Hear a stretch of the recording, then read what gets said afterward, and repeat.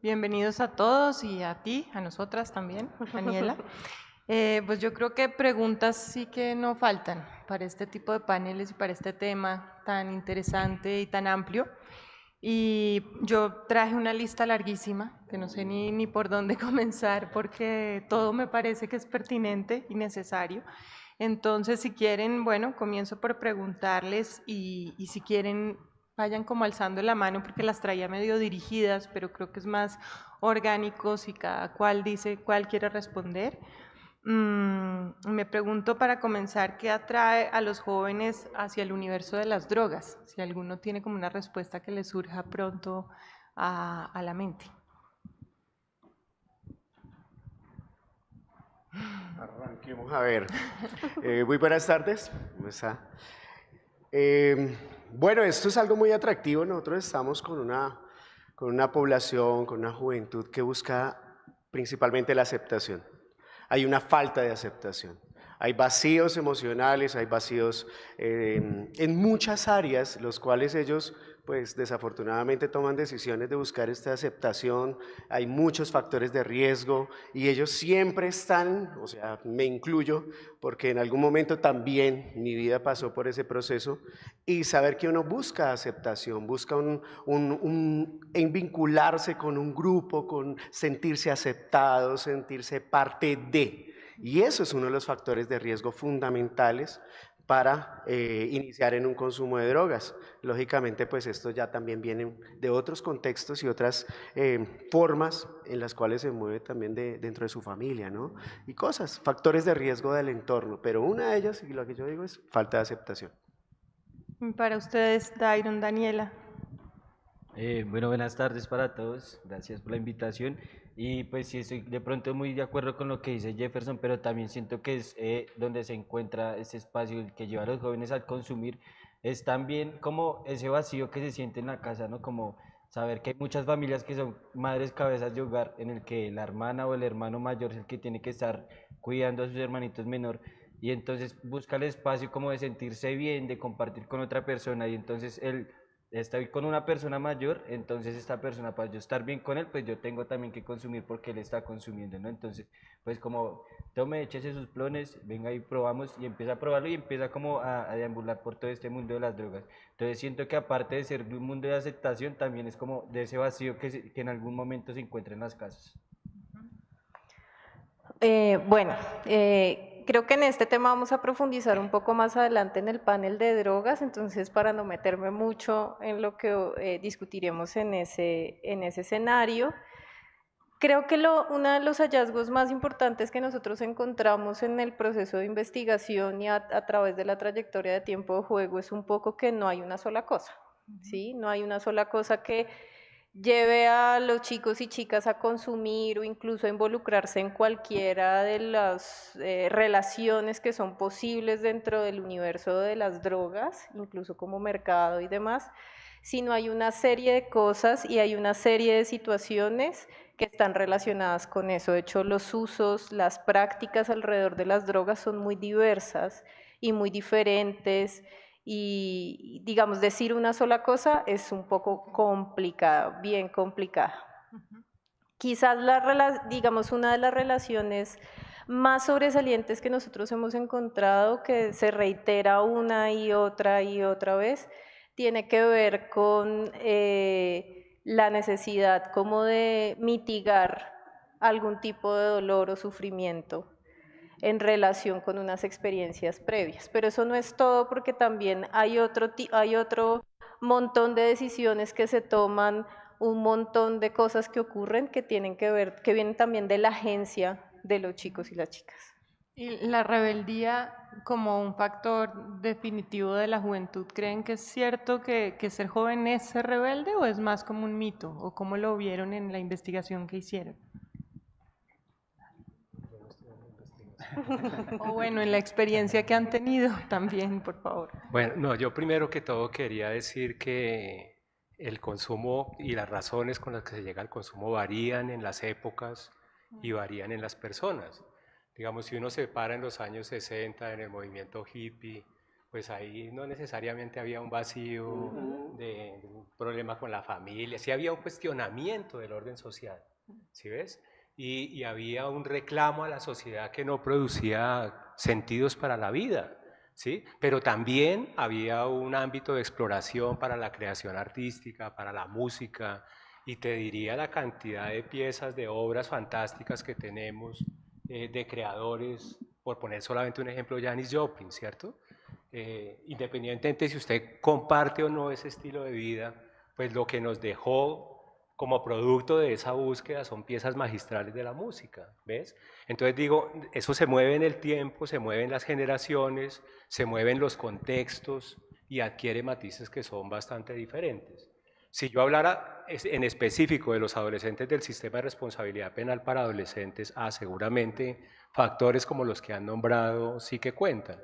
Pero si yo lo pienso, por ejemplo, en el ámbito de la creación teatral, que ese es otro ámbito en el que yo me muevo, ahí no hay tal, digamos, hay una búsqueda, una idea de mover las fronteras de la vida y de hacerle un reclamo existencial fundamental a la sociedad.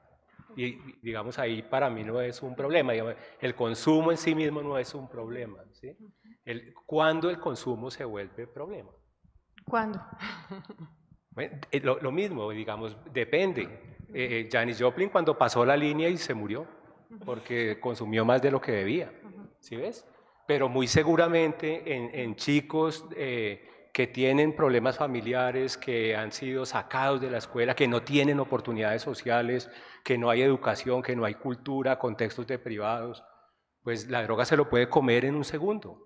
Como hay gente que, yo tengo amigos que han sido consumidores toda la vida, son profesionales, ruedan bien, no problem. De acuerdo. Digamos que ahí en lo que está diciendo Iván Arturo, uno podría pensar en dos cosas. Por un lado, en que sin duda hay una asociación entre rebeldía y juventud, pues el ejemplo de los 60 es buenísimo, pero siempre hay como una lucha contra el establecimiento que uno asocia más con la juventud que con las personas mayores, digamos. Por un lado eso, por otro lado, y pues creo que es interesante también esa reivindicación de las drogas, porque no todas las drogas son la misma droga, además ni generan lo mismo, como desde el arte, la espiritualidad y la creatividad, que sin duda alguna muchas drogas han estado asociadas como a estos movimientos artísticos y culturales. Pero entonces yo me pregunto allí, ¿de qué manera, digamos, también se tiende a una estigmatización en la cual muchos por lo general pensamos que la droga está asociada con el daño, con la delincuencia, con el mal, ¿no? Y casi que automáticamente a veces se tiende a hacer ese tipo de estigmatizaciones. No sé cómo lo percibieron ustedes o lo perciben desde sus distintos lugares. No, pues ahí hablar un poco, sí se genera este tipo de estimulación que dices, pero entonces es ya al debido a cuando la familia se entera que este chico o esta chica está consumiendo y una vez como que le cierran las puertas, ¿no? O sea, ya es un drogadicto, ya es un vicioso, ya es esto, y como que no le brindan ese apoyo que de pronto de algún motivo u otro, de pronto la familia influyó un poquito a lo que decía ahorita Jefferson, de ese vacío que no está, entonces ya lo que pasa es que este pelado se empieza a sentir así, ¿no? Como pues ya me están diciendo, mi familia me está diciendo que yo soy un drogadicto, que soy un vicioso, entonces empiezo a seguir deambulando en este mundo y empiezo a seguir y empiezo a pasar por muchas cosas de la marihuana, no sé, al bazuco, al pegante, bueno, al tipo de drogas que existen, y empiezan a sentir este rechazo y cada vez que están sintiendo ese rechazo, más sala esa herida que tiene ese pelado y pues se va metiendo más y más y vas en este mundo en el que ya como que no tiene una aceptación de nadie y rechazo de todo mundo y lo veo de que ya es donde se empiezan a ver estas personas que indigentes de calle, ¿no? Estos habitantes de calle y que empiezan a transcurrir por todo este ámbito. Yo creo que estigmatización hay desde el mismo hecho de ser joven, ¿no? Y en Colombia yo creo que eso es bien fuerte. Digamos, hay unas ideas, unos estereotipos sobre lo que significa ser joven en el mundo, como unos signos estéticos incluso de lo que significa ser joven, y hay unas ideas sobre lo que es ser joven y cuando esas mismas ideas generan un proceso de estigmatización en términos de que estamos esperando que estamos hablando de una juventud que es naturalmente rebelde, es naturalmente turbulenta, es naturalmente problemática, que todavía no sabe, que todavía no puede, que tiene que pasar por un proceso de formación para vincularse al trabajo, por ejemplo, para vincularse a la sociedad, para ser ciudadano. Y ahí, de ahí nomás estamos como interrumpiendo un poco la posibilidad de reconocer la agencia de las personas jóvenes en una sociedad o en una comunidad. De ahí para adelante hay una serie de estigmatizaciones adicionales que vienen del género, que vienen de la clase, que vienen de provenir de comunidades, digamos, periféricas en una ciudad como Bogotá, por ejemplo, y ahí le metemos el consumo adicionalmente, y le metemos adicionalmente, por ejemplo, haber pasado por un proceso de responsabilidad penal. O sea, es como si estuviéramos acumulando estigmatizaciones. Bueno, también hay que virar la cantidad de situaciones de vulnerabilidad de estos jóvenes, del entorno en el que viven, del contexto donde viven, de la familia que viven, de todos los procesos que ellos llevan. Y como decía el profesor, somos un buscador, todos somos unos buscadores. Y ellos buscan su identidad, buscan su relación, buscan su existencia, el por qué, el cómo, dónde estoy. Y me encanta porque su merced mencionó los años 60 y poder ver toda la creación artística y todo lo que generó el consumo de estupefacientes, ver una depresión alemana como Egon Schiele con Gustav Klimt, con mirar obras de arte, mirar cantidades de cosas que se han generado a través pues, de la ingesta de sustancias como un proceso de búsqueda, pero no podemos negar que dentro del consumo de sustancias pues también genera dependencia. Y genera una dependencia y hay unos síndromes, unos síntomas precisamente de esa abstinencia a lo largo del tiempo y del consumo progresivo de esas sustancias. Y por eso yo que vivo día a día durante tantos años en el Redentor, en la Escuela de Formación Integral del Redentor, vemos las consecuencias de todo lo que implica este abuso excesivo de las sustancias psicoactivas, de todo lo que implica el estar en esa dependencia y en esa búsqueda continua y diaria para poder saciar una enfermedad como lo cataloga la Organización Mundial de la Salud, como es una enfermedad como la drogadicción, y que genera ya un cambio conductual, un cambio de emoción, un cambio social, genera un cambio total y estamos nosotros en un contexto donde es una realidad y ver una juventud que está esclavizada de la droga, que está esclavizada y son policonsumidores y generan una dependencia y está trayendo unas consecuencias que las vemos día a día de muchachos que tienen síndrome de abstinencia, que entran en estados de depresión, que tienen unos síntomas impresionantes acerca de esa ingesta, de ese consumo. Y lógicamente, pues eso genera una ausencia de normatividad y esa ausencia de esos límites claros establecidos. Tú tienes la decisión, perfecto, pero esa decisión va a tener una consecuencia sobre tus decisiones y la decisión, pues tú vas a ser responsable de lo que estás haciendo. Y además de eso, pues lógicamente eso conlleva a una conducta que es una conducta delictiva, que genera un conflicto con la ley, precisamente por esa dependencia en esas sustancias y en esa necesidad de poder saciar eso. Pues muchos de los muchachos con los que nosotros trabajamos dicen, oiga, menos mal yo, o sea, de cierta manera le doy gracias de estar aquí. Privado de la libertad, porque ¿cuánto lleva sin consumir? No, llevo lo que llevo acá, 4, 6, 8, 23, 28, 36 meses. Y ¿qué estaba haciendo? ¿No? Estaba bajo un consumo de bazuco, estaba bajo un consumo de pegante, y por eso estaba también tomando decisiones equivocadas acerca de pues, conseguir y para ir a robar y hacer una cantidad de cosas. Entonces esto es bastante complejo y las realidades que vivimos son mucho más allá de lo que nosotros pensamos. ¿Cómo lo ve Iván Arturo?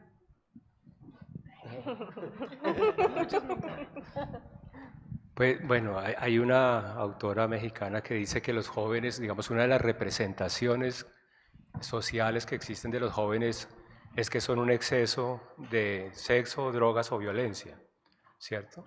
Y desde esa representación social, digamos, pues un joven que consume droga, pues es objeto de una censura y en ocasiones de la muerte, ¿cierto? Yo trabajé casi 10 años en Cazuca, yo tengo un estudio de 800 jóvenes matados en las calles de Cazuca, y el imaginario social, la justificación social, es que eran consumidores de sustancia y por ser consumidores de sustancia potencialmente delincuentes, ¿sí ves? Y ese estudio muestra con las actas de medicina legal que ni siquiera el 10% de esos pelados que fueron asesinados entre el 2000 y el 2007 en las calles de Cazuca tenía marihuana ni cocaína en el cuerpo en el momento de ser asesinado. Sin embargo, el imaginario social y el justificante social, lo que hizo que nunca nadie se rebotara porque mataban pelados a diario, ¿cierto? Es que eran consumidores y potencialmente delincuentes, ¿sí ves? Entonces, por supuesto, depende de los contextos otra vez, ¿sí ves? Yo digo, sectores sociales donde se consuma muchísima droga, la política, perdónenme, los médicos, porque para aguantar turnos como los que tienen que aguantar hay un consumo fuerte de sustancias, los artistas, ¿sí ves?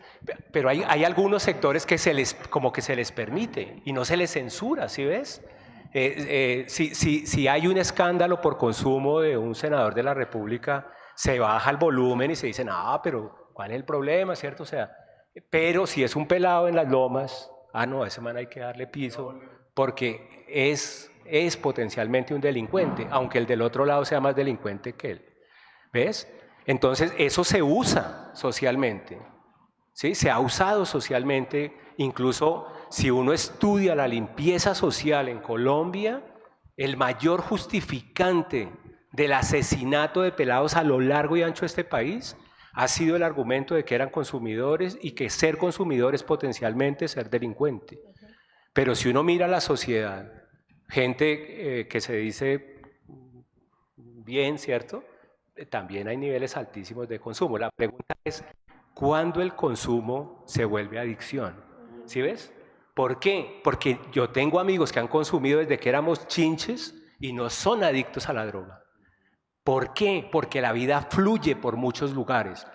Cuando la droga se vuelve el único lugar productor de sentidos para la vida, la persona se hace adicta. Ese es el problema.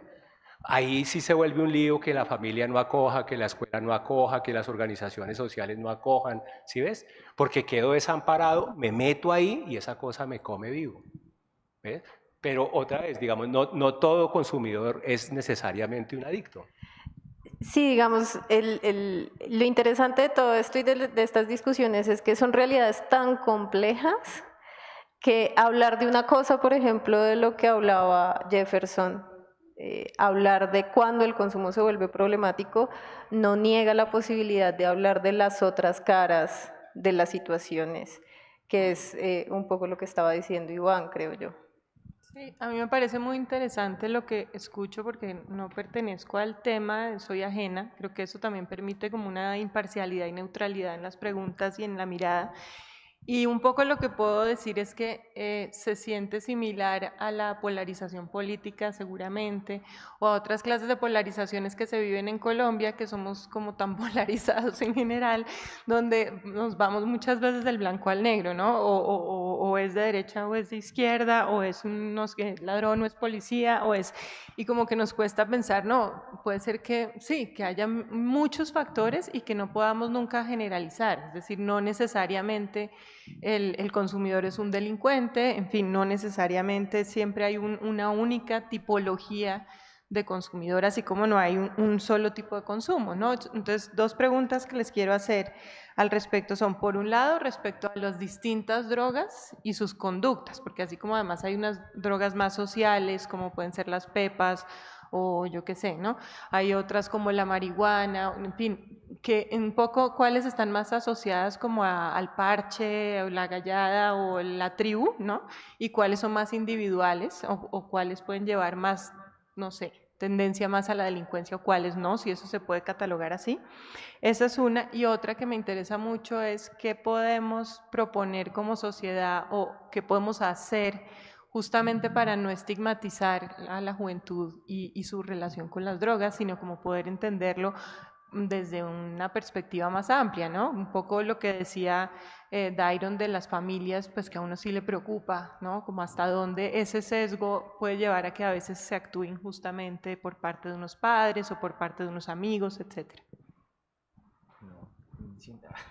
No, pues yo te respondo desde la segunda pregunta y es como, siento que cómo se puede empezar a trabajar y evitar todo esto es dando oportunidades, ¿no? O sea, dejar de estar estigmatizando a los pelados que porque consumió, que porque salió de un centro de responsabilidad penal, que porque, no sé, por muchas cosas que puede ser, es empezar a cerrar las puertas a estos pelados, de decirles como usted desde que uno llega a cualquier lado por haber estado en un centro de responsabilidad penal que le digan a uno, usted ya es un peligro para la sociedad, ya de una vez ahí le están cerrando las puertas y es lo que están como incluyéndole a ese pelado, como que ya le queda eso sonando ahí, ¿no?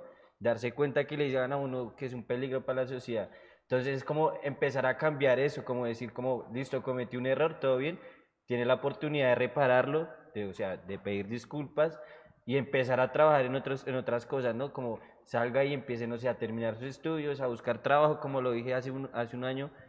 Es como pelados que salen de estos centros, o sea, salen con muchas cosas y la oportunidad es que salen ya mayores de edad y pues quieren conseguir un trabajo y lo primero que le dicen es qué experiencia tiene. Un pelado de 18 años, ¿qué experiencia va a tener? O sea, no tiene experiencia en nada y una vez le dice como, no, bailas, acá no puede trabajar, ¿no? Entonces como empezar a brindarle oportunidades a estos pelados de abrirle puertas, sino que como si usted está en la marihuana, pues listo, está en la marihuana, pero si la va a consumir, pues sépala consumir, como que le hablen más del tema y como que, o sea, este pelado tenga como más conocimiento de las drogas y como de qué se lleva, a lo que decía ahorita Iván, a lo que lo lleva a otros años donde lo consumían los 60 artistas, mucha gente que lo consume pero que lo sabe consumir, ¿no? Entonces yo diría que las segundas oportunidades de abrirle a las personas y como de nunca estar cerrándole las puertas y estarnos rechazando por lo que ya pasó, ¿verdad? Por el pasado del pelado.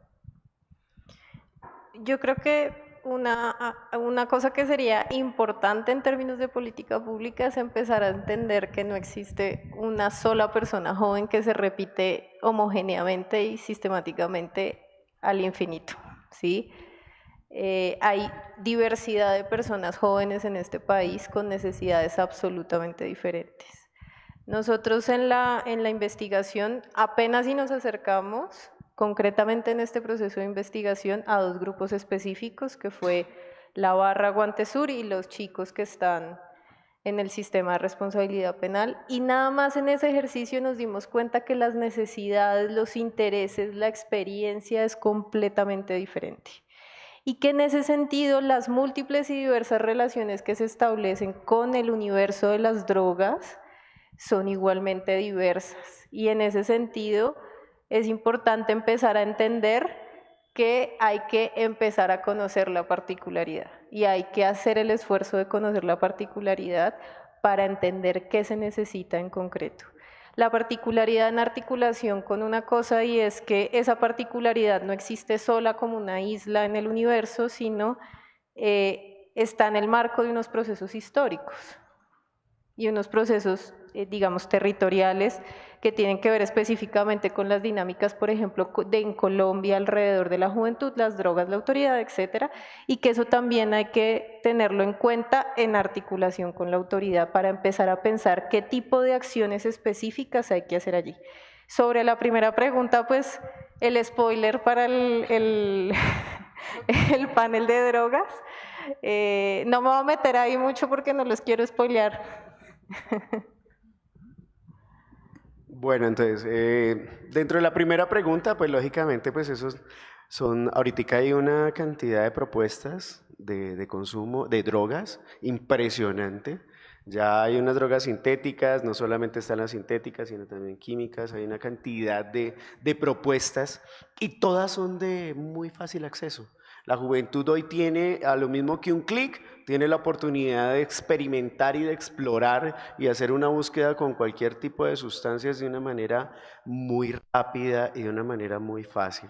Entonces, eso depende también de los contextos, como nos decía el profesor, que hay cosas que de pronto en el norte se mueven en unas historias, en otros barrios, en otros contextos, pero que siempre hay un riesgo y es qué tan formada y qué tan está la persona estructurada en su identidad y en su carácter para poder llevar y afrontar una realidad frente a ese consumo y entender sus consecuencias y saber de qué.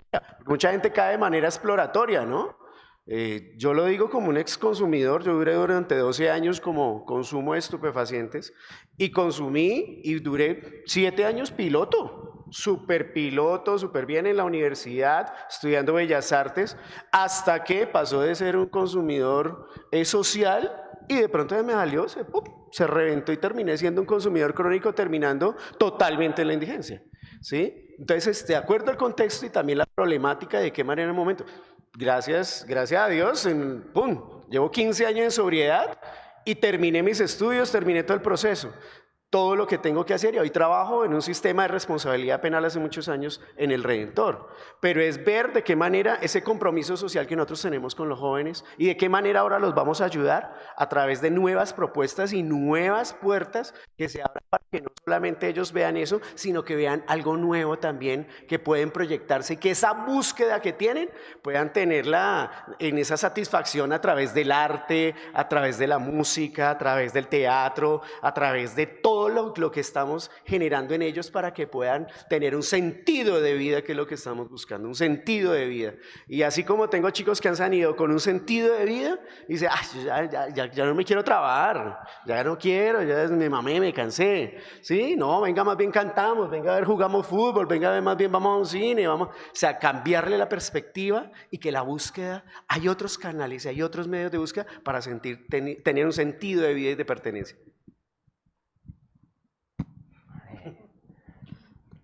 Bueno, lo primero sí, hoy en el medio hablamos de las juventudes, ¿cierto? Casi ya nadie habla de los jóvenes, porque son múltiples, ¿cierto? Es un ser plural.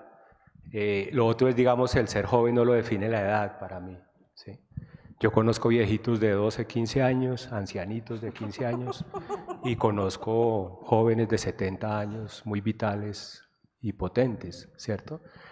Lo que sí digo yo, ser joven o lo joven es un reclamo, es una búsqueda, es una exploración, es un cuestionamiento, y esa búsqueda, ese reclamo, ese cuestionamiento, párese donde se pare, es censurado, ha sido censurado históricamente, ¿cierto?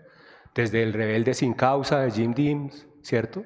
Desde los jóvenes subversivos, porque todos estaban en la guerrilla teóricamente, ¿cierto? Desde el joven peligroso que está en las varas, en las bandas, como si todo fuera mara y todo fuera bandas y todo fuera pandilla. Y hoy, ¿cuál es el imaginario de joven que nos venden los medios? El irresponsable que está en fiestas promoviendo que se difunda el COVID, pero no nos los muestran. No nos los muestran porque ahí hay de todas las edades, ¿cierto? Pero lo que nos dicen socialmente son los jóvenes los que hacen eso, ¿cierto? ¿Y cuál es el otro imaginario que nos venden los medios? El delincuente, como si en esta ciudad solamente cometieran delitos los jóvenes. O sea, ¿qué pasaría si nos pasaran todos los delitos que comete todo el mundo a diario? Desde los que están en el Congreso hasta los que están en las calles, todos. ¿Cómo serían los medios de información? ¿Sí ves? Pero si yo digo, yo que trabajo en el sistema de responsabilidad penal de adolescentes, si usted coge el total de adolescentes entre los 14 y los 17 años que existan en una ciudad como Bogotá, el 0.5% están metidos en líos con la justicia. Pero socialmente, ¿qué nos venden los noticieros? Los jóvenes están metidos en la delincuencia, todos. ¿Sí ves? No es cierto. Todos están difundiendo el COVID, no es cierto. ¿Ves? Entonces, ¿por qué ese reclamo? ¿Por qué esa búsqueda? ¿Por qué ese grito que son los jóvenes? Es incómodo. Porque pone en cuestión valores, normas, el orden social, y eso incomoda. Entonces, ¿qué es lo mejor? Meterle una etiqueta encima que justifique o que estén presos, o que estén en la clínica en tratamiento, o que estén en la cárcel, o que estén muertos. Y bueno, queda claro además que sí que hay juventudes en plural, que no se puede tipificar al joven. De lo que han dicho, pues eso me parece una lección importante a recordar, y también pues que hay contextos, ¿no? Que estamos hablando además, como bien dijiste, de un contexto muy específico, el cual además muestra una enorme diversidad. Yo me pregunto, el aislamiento que ha conllevado esta pandemia, ¿sí? ¿Cómo creen ustedes que ha afectado a esa juventud en particular de la que estamos hablando, y cómo de alguna manera se podría mejorar la relación con las autoridades y con la comunidad en este contexto tan difícil de esta pandemia que parece que no se va a acabar nunca? No, pero que no inicien los jóvenes, que inicien los demás. Bueno, todos dicen que las mujeres y los jóvenes son los que más han sido, digamos, afectados por este contexto, ¿cierto? Ahora, si a eso le sumamos interseccionalidades, un poco en la lógica de lo que tú decías, ¿cierto? Si es joven, pero además es negro, o además es indio, ¿cierto? Y está no en Bogotá, sino en el campo, pero no en Melgar, sino en el Putumayo, ¿cierto? Donde la guerra sigue siendo muy potente. Si es mujer joven, pero además es madre soltera, pero además es negra, ¿cierto? Pero además es analfabeta, entonces las afectaciones se multiplican, tal cual vayan teniendo capas que los ponen en condición de vulnerabilidad, ¿sí ves? Pero por supuesto, digamos, la educación, el trabajo, los miles de jóvenes en este país que viven del arte, ¿sí? Que viven de trabajar en los bares, en los teatros, que llevan 1 año y medio cerrados. ¿Sí? O sea, de eso nadie habla, ¿sí? Y les ofrecemos un mercadito que nunca llega, pero ellos no piden un mercado porque ellos dicen: yo soy artista, yo soy un agente educativo, yo le puedo hablar a la sociedad, yo soy útil en este momento, ¿sí ves? Pero no, o sea, eso no va a pasar, ¿sí ves? ¿Por qué? Porque hay un estigma sobre los jóvenes.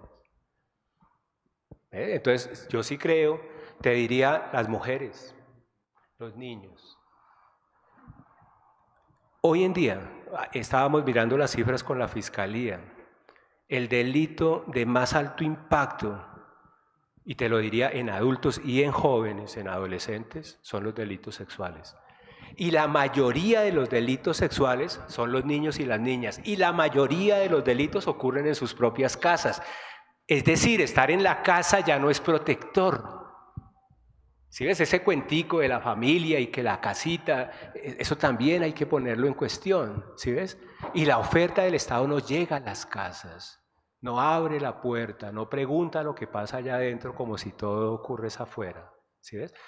Yo voy a los consejos de seguridad y a todo el mundo le preocupa el robo de bicicletas, sí, jodido, pero a nadie le preocupa que los delitos sexuales se hayan tirado pa' millón y que estemos masacrando mujeres y que estemos masacrando niños y niñas, y la sociedad guarda silencio frente a eso. Y eso es, digamos, siempre ha pasado, pero es una práctica que se ha agravado con el tema del encierro. Gracias. Sí, definitivamente, y dentro del COVID y todo lo que estamos sucediendo dentro de este proceso, muchos de los jóvenes, primer punto, dentro del sistema de responsabilidad penal, pues se ha restringido la visita de familias. Tuvimos una temporada bastante larga, casi 1 año, 8, 12 meses, donde pues el acceso a las familias al centro, a la unidad, pues estaba restringido. Y esto genera pues muchísimas cosas precisamente dentro de la parte emocional, dentro de la parte de convivencia, generan conflicto, generan cosas. Y ha sido un proceso bastante fuerte porque nos ha tocado pues dentro de la parte restaurativa, pedagógica, dentro de la parte psicosocial, todo lo que es el modelo de atención atención para el joven, pues es doblar esfuerzos, tener más dinámicas, más actividades, más atención, escucharlos mucho más, porque precisamente esos vínculos familiares, pues en ese momento no, pues no es lo mismo la videollamada que el abrazo y el beso de mamá, o lo que la mamá venga y le traiga al chino cuando está de la pista, ¿no? Que me traiga un huevito con arroz, eso sería espectacular.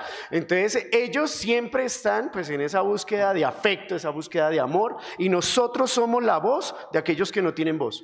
Y sí, realmente hemos tenido muchachos que han salido y muchachos que se le han cerrado las puertas en todo, tanto para el estudio, se les cierran las puertas para un trabajo, para todo, y otra vez vuelven nuevamente los factores de riesgo para caer en un consumo, para entrar en estados de depresión, muchachos que vuelven nuevamente atrás en un consumo y terminan muertos. Porque tenemos ahorita casos en los cuales en diciembre falleció un joven en el cual pues llevaba mucho tiempo sin consumir durante su sanción, y cuando salió, pues mi mamá salgo a los 29 de diciembre, salió y se metió la farra y ahí quedó, le dio un paro cardiorrespiratorio, murió.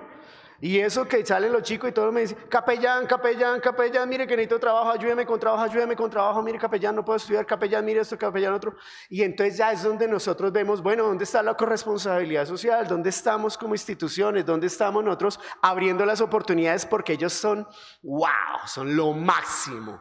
En todos los talentos, en el arte, en la música, en la pintura, en todo lo que tú los pongas a hacer, son efectivos, son increíbles, son maravillosos. Y esto se da a través de esa restauración y de ese creer en ellos. Yo creo en ellos y por eso estoy donde estoy, porque ese programa restaurativo que estamos vinculando es porque yo creo en las oportunidades. Así como yo la tuve, te creo también en la oportunidad que ellos van a salir adelante. Y yo les inculco esa identidad que todo lo que quieras y te proponga lo puedes lograr. No importa el COVID, no importa lo que sea, prepárate para que esta guerra la puedas ganar.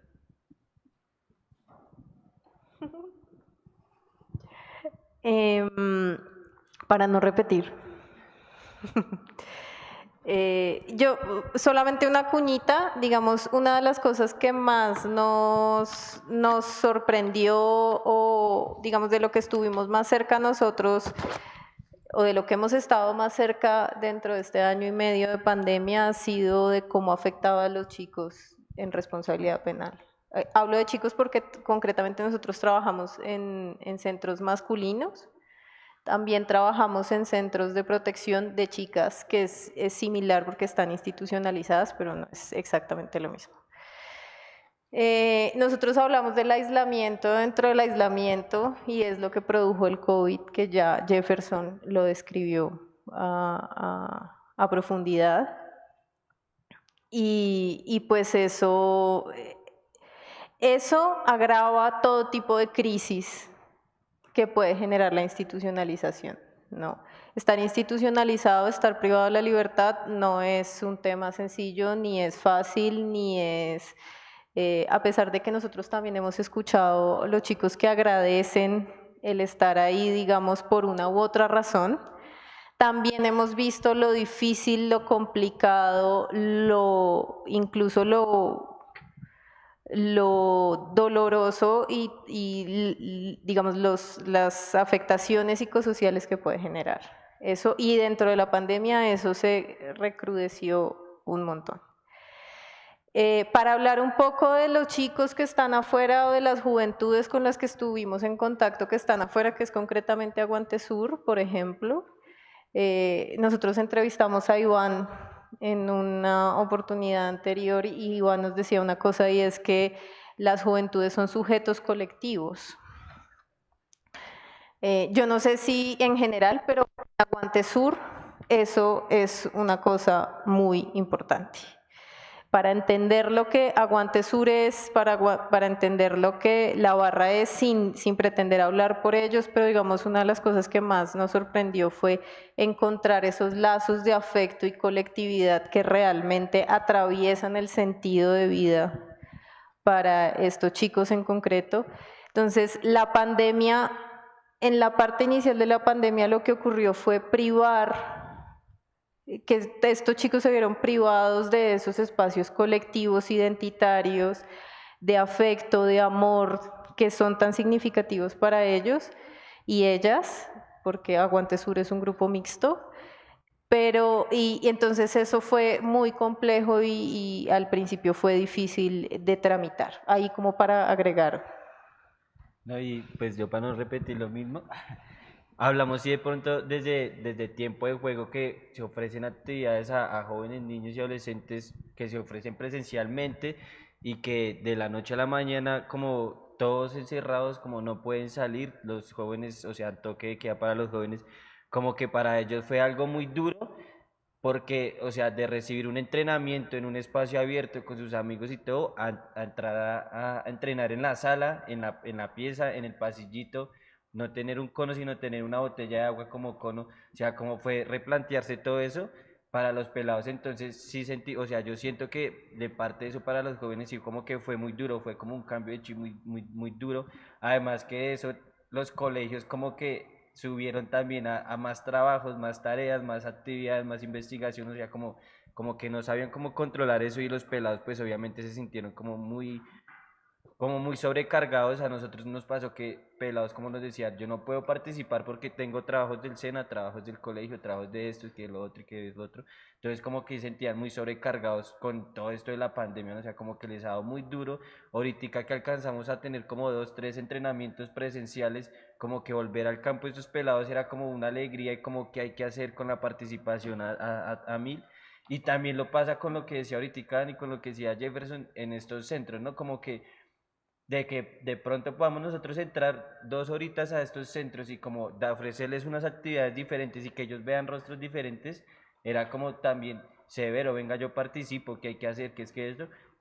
Se sacaron productos muy buenos con este proyecto, se sacaron productos muy buenos, varias canciones, muchas cosas se sacaron con estos pelados que estaban en estos centros, que con el Redentor pudimos lograr trabajar unos meses presencial, con los chicos de Barranquilla fue trabajar solo virtual también y como que era muy chévere, en Madrid también que era lo que decía Dani ahorita de unos centros que son ¿de qué? De protección y estos pelados también era como severo que ustedes estén acá, como que chévere y que además de estar ahí querían seguir trabajando como yo salgo acá y quiero vincularme con ustedes, qué hay que hacer, qué quiero hacer, aparte de que ustedes vengan podemos hacer otra cosa, entonces como se presentó también como mucha sobrecarga, pero también como que se les abrieron oportunidades y como otros pensamientos a los pelados.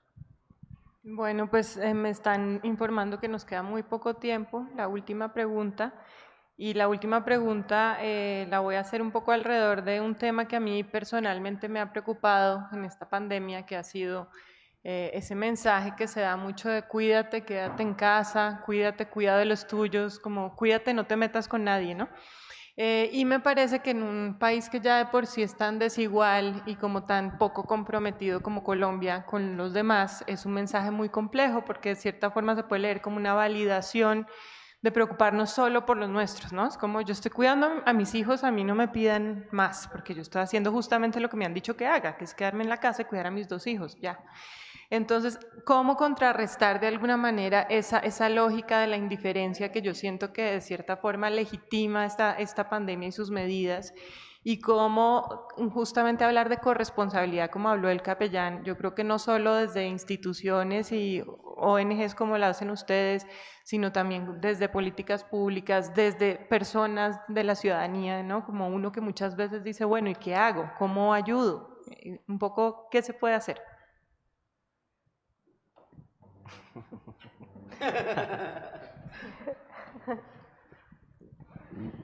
Pues bueno, el tema del encierro ha puesto en evidencia varias cosas. Una, que no somos capaces de convivir ni siquiera con la gente que más amamos. O sea, la cantidad de parejas separadas, de tropeles en las casas, es impresionante. Digamos, a eso no le paramos bolas, pero el mensajito de quédate en casa, pero en la casa, ¿quién se aguanta? ¿Sí? Una vez un chico en Cazuca, yo les decía, ¿ustedes cómo viven acá, hermano?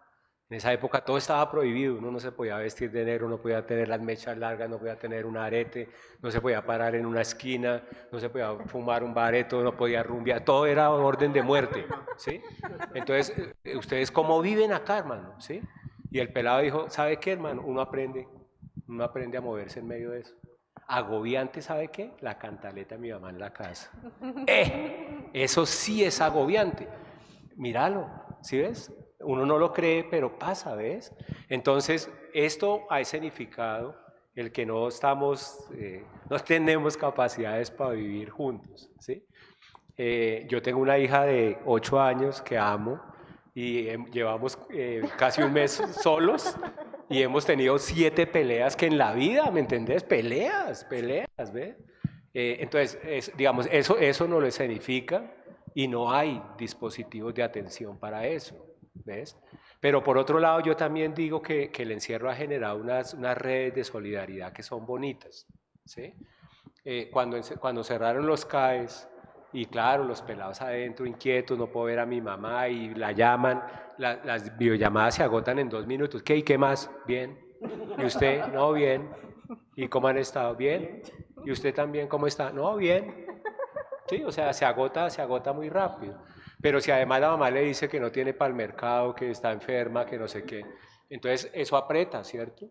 Y entonces hicimos un ejercicio, yo le escribí a mis amigos, loco, necesito mercados para unos pelados que están privados de la libertad.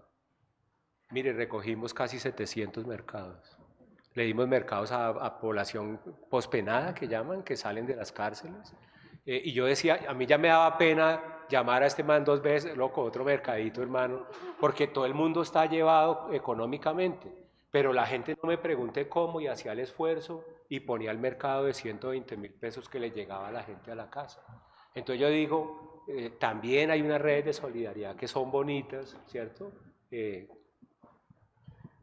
Sí, efectivamente, esas redes, yo creo que esta pandemia nos deja muchas cosas y es la unión, ¿no? La unión y el tener la empatía por el otro, el que, bueno, nosotros somos inmunes, salimos a responsabilidad penal. Tenemos una carta que nos hace inmunes, sistema de responsabilidad penal, entonces sale uno todos los días a trabajar con los chicos. Y cómo también eso nos ayuda a nosotros a hacer esa empatía, esa cercanía, mirar, crearnos nuevamente y mirar de qué manera pedagógica podemos ocupar esos espacios, hacerles más dinámicas y lógicamente también acompañarlos en medio del dolor. Sí, porque es dolor, eso trae frustración, trae muchas cosas, además, pues hacer acompañamientos aún con jóvenes que perdieron familiares. Jóvenes que lo mismo, como dice el profesor, mi mamá está mal, y mueva redes de apoyo y mueva proyectos para conseguir mercados, para conseguir ayudas, dinero, todo lo que implica unirnos como familia, unirnos como sociedad para poder todos solventar este huracán y salir adelante. Y los chicos vieron eso, los chicos también ven el esfuerzo como institución de poder decirles, oye, ¿sabes qué me importas? Me importas porque todos estamos en el mismo barco y todos vamos a salir adelante. Y comenzamos en el Redentor a hacer proyectos productivos de capellanía. Y fue genial porque me donaron el carrito sanduchero, señorita Laura, me donaron el carro de naranjas, y comenzamos con estos proyectos productivos para que los chicos ya, cuando pues a los funcionarios se les vende la hamburguesa y comenzamos toda la semana, la tenemos llena, fresas con crema, ensalada de frutas, hamburguesa gourmet, perro gourmet, y cantidades de cosas. Eso generó en ellos también un despertar y una manera de decir, oye, ¿sabes qué, mamá? Te voy a mandar tanto. Oye, mamá, ya tengo un fondo de ahorro. Oiga, mamá, esto. Y eso nos ayuda a nosotros a también que la pandemia nos ayuda a tener un espíritu de resiliente y saber que nosotros podemos ayudarlos, pero tenemos que ser comprometidos con la causa. Los jóvenes tenemos que estar comprometidos con ellos de tal manera que lo demos todo con pasión y con amor por ellos, y ellos lo saben.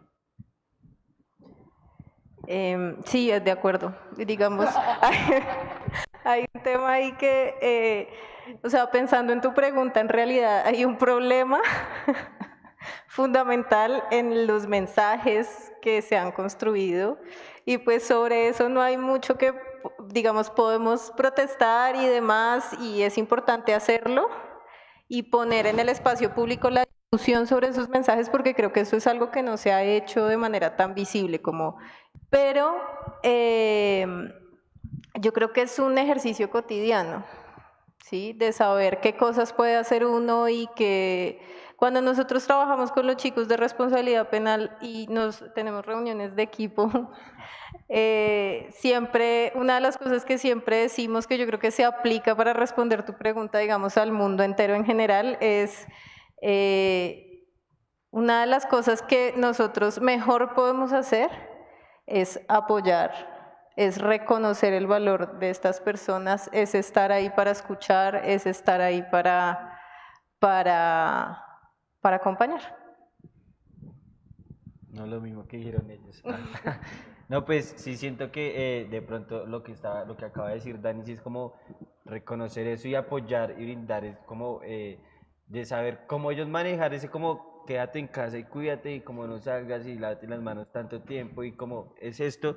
Y es como también de ellos cómo lo pueden sobrellevar, ¿no? De estas personas que trabajaban ambulantes, que se salían a vender en los buses y todo, y que de un momento a otro ya no pueden salir a vender, o sea, como pues ¿cómo salgo si yo soy el que responde en la casa? ¿Cómo me va a rebuscar este pelado que tiene 1 o 2 hijos también, que también venden los buses o que limpiaba vidrios en un semáforo y no puede salir ya porque le dijeron que se tenía que quedar en la casa y no llegan estas ayudas que dice el gobierno que les va a dar, ¿no? Como no llegan por X o Y motivo porque dijeron que las iban a dar y como que ya repartimos 100 en esta localidad y nos toca irnos para otra localidad, no sé. Pero entonces es donde empiezan a entrar todas estas organizaciones y lo que decían, empezar a hablar como, hey, mire, yo necesito que estas personas tal, como, que necesito 5 mercados para darle a estas familias que no tienen que comer, no tienen que...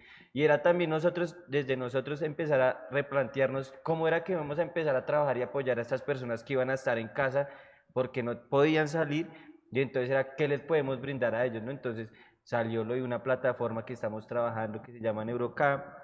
Empezamos a buscar, no sé, a proyectar cosas desde lo audiovisual, a montar cosas en Facebook, en YouTube, en Instagram, empezar a mover esto que los pelados se empezaran a mover y empezaran a interactuar con esto, pero también entraba era que en la casa solo había un celular y era el celular de la mamá y la mamá era la que tenía que salir a trabajar, entonces no podían participar, no podían hacer cosas, entonces sí fue como muy complejo todo, o sea, estar en el encierro, ¿no? Como que todo mundo lo digo también desde mi experiencia porque como después de los 2 primeros meses como que ya no podía dormir bien, o sea, estresado a todo momento y como, pero también se dio la oportunidad de empezar a interactuar más en la casa, ¿no? Como yo le contaba a Dani un día que estuvimos en una reunión, era como que yo llegaba a trabajar y me metía a mi cuarto y ya bajaba por la comida y listo.